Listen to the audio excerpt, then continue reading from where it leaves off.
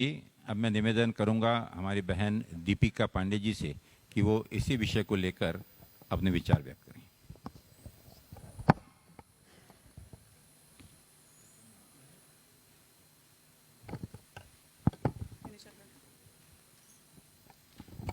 बहुत बहुत धन्यवाद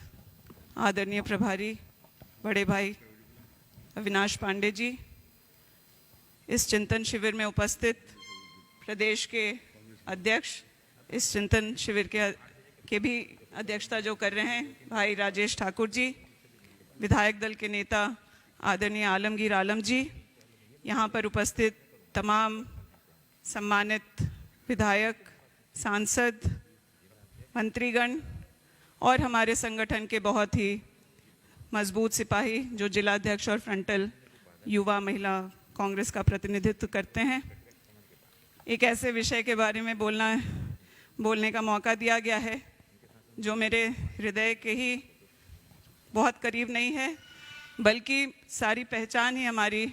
संगठन की वजह से है। पार्टी ने आप लोगों की तरह हम लोगों को भी मौका दिया और एक एक सीढ़ी चढ़ते हुए आज इस लायक आप लोग के साथ सहयोग से हैं कि इस सभा को संबोधित कर रहे हैं। मेरे पहले भी जो वक्ता रहे, वो प्रदीप यादव जी हों, चाहे हमारे आदरणीय पूर्व सांसद फुरकान जी हों, उन्होंने संगठन की महत्वता, संगठन के अन्य कार्यक्रम, चाहे वो सदस्यता हो, चाहे वो आंदोलन करने की बात हो, चाहे सम्मेलन करने की बात हो, उन तमाम बातों का जिक्र किया जिससे संगठन को मजबूती मिलती है। कांग्रेस ही एक ऐसी पार्टी है जो सभी समाज, धर्म, वर्ग के लोगों को लेके चल सकती है और कांग्रेस ने ये सालों से किया है। उसका प्रमाण या कक्ष है जिसमें चाहे वो अगड़े हों, पिछड़े हों, अल्पसंख्यक हों, दलित हों, वैसे हर किसी का प्रतिनिधित्व इस कमरे में हो रहा है। हम सब कांग्रेस को अच्छे से समझते हैं और इस बात को भी समझते हैं कि कांग्रेस एक बहुत केडर बेस्ड पार्टी कभी नहीं रही। जनता ने जब चाहा है हम लोगों को अपने जन उपयोगी कामों की वजह से कभी सत्तासीन किया है और जब हम लोगों से कहीं कोई गलती हुई है तो हमें ज़मीन पर उतारने का भी काम किया है। ये हम लोग का सौभाग्य है कि हम लोग विधायक बने तो साथ ही साथ सत्ता के भी हिस्सेदार हैं। सत्ता में जब हम हैं तो यह हम लोगों के लिए एक मौका है कि जब हम अपने संगठन को ताकत दे सकते हैं और अपने संगठन को और धारदार कर सकते हैं। डबल इंजन की सरकार थी और यहाँ पर कांग्रेस का एक एक कार्यकर्ता, चाहे बूथ स्तरीय हो, पंचायत स्तरीय हो या फिर जिला देख रहा हो, प्रदेश में काम कर रहा हो, सब ने एड़ी चोटी लगा करके हम लोगों को सत्ता में बिठाने का काम किया। आज सरकार के 2 साल पूरे हो गए हैं और संगठन को अगर मजबूती देना हो, कई बार मुझसे कहते हैं लोग कि मैं थोड़ा कड़वा बोलती हूँ, मैं कोशिश करती हूँ कि थोड़ा मीठा बोलें, लेकिन अब नीम की तरह है, कड़वा बोल के अगर कुछ हमारे ज़मीनी कार्यकर्ताओं का, जनता का कुछ फ़ायदा हो जाए तो मुझे लगता है मीठी गोली से बेहतर रहेगा। मैंने बहुत प्रखरता से इस बात को उठाया कि हमारे जो संगठन के साथी हैं उन लोगों को सरकार में उनकी हिस्सेदारी दी जाए। हम विधायक बन गए, कुछ लोग मंत्री बन गए, लेकिन हमारे जो संगठन के मजबूत सिपाही जो अच्छे और बुरे समय में कांग्रेस का झंडा उठाए रहे, बहुत ताकत के साथ, और सत्ता आने पर हम लोगों के साथ नहीं बल्कि उसके बहुत पहले से संघर्ष करते रहे, उन लोगों को उनकी हिस्सेदारी हम लोग नहीं दे पाए। यह चिंतन शिविर मुझे पूरा भरोसा है कि अब अन्य जो गंभीर चर्चा होगी उसमें यह सुनिश्चित होगा कि कांग्रेस की आगे की दशा दिशा क्या होने वाली है। आज हम लोग सत्ता में ज़रूर हैं, हमें जनता की अपेक्षाओं को पूरा करना है, साथ ही साथ संगठन के अपने लोगों को ताकत देने की भी ज़रूरत है। कई सारी योजनाएं जो इस सरकार में जनता के लिए बनाई गई, जिसका क्रियान्वयन हुआ, चाहे वो 15 लाख राशन कार्ड की बात हो, चाहे किसानों के कर्ज माफ़ी की बात हो, मनरेगा के माध्यम से ग्राम अर्थव्यवस्था को सुचारू बनाए रखने की बात हो, चाहे फिर स्वास्थ्य सेवाएं जो कोविड के समय हमें परेशानी हो रही थी, वो सारे विभाग हम लोगों के साथ हैं। सर, मैं इस मंच से बोलना चाहूँगी, मुझे उम्मीद है ये कमरे के अंदर की बात है कि हम लोगों ने काम तो किया, हम लोगों के मंत्रियों ने, विधायकों ने और संगठन का एक एक सिपाही उस वक्त सड़कों पर था, लोगों के बीच था जब उन्हें सबसे ज़्यादा ज़रूरत थी। और मैं सोचती हूँ अगर भाजपा की सरकार रहती तो पता नहीं क्या होता। लेकिन इन सभी कामों का श्रेय अगर कोई एक तरफा लेकर के गया, तो वो जेएमएम के जो मुख्यमंत्री हैं, मुझे कहने में कोई हेजिटेशन नहीं है कि सत्ता के जो शीर्ष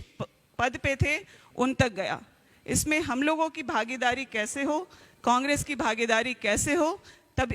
यह जब तक सुनिश्चित नहीं किया जाएगा तब तक मुझे ये लगता है, और मुझे लगता है कि कमरे में बैठे हर एक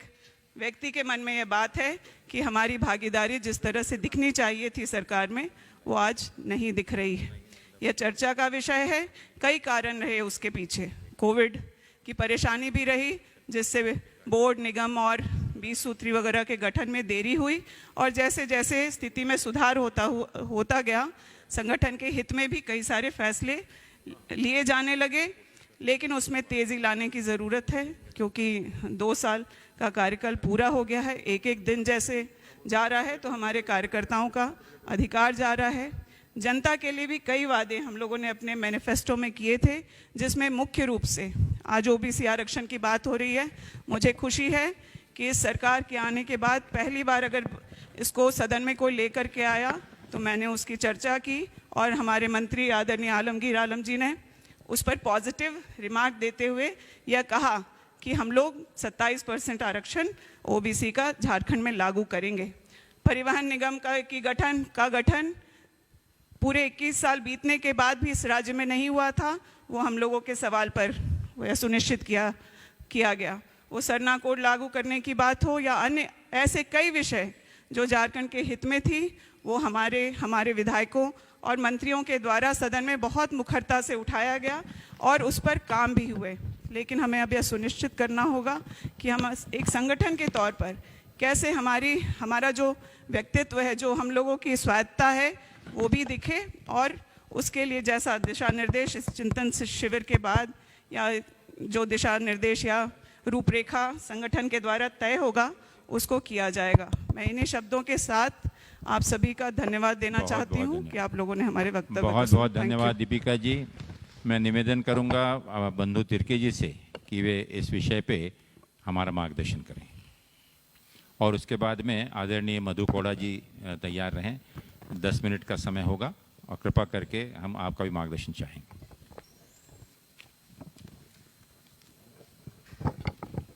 चिंतन शिविर में आदरणीय प्रभारी अविनाश सिंह जी, पांडे जी, प्रदेश के अध्यक्ष राजेश ठाकुर जी, विधायक दल के नेता आलमगीर आलम जी, उपस्थित सभी सम्मानित मंत्रीगण,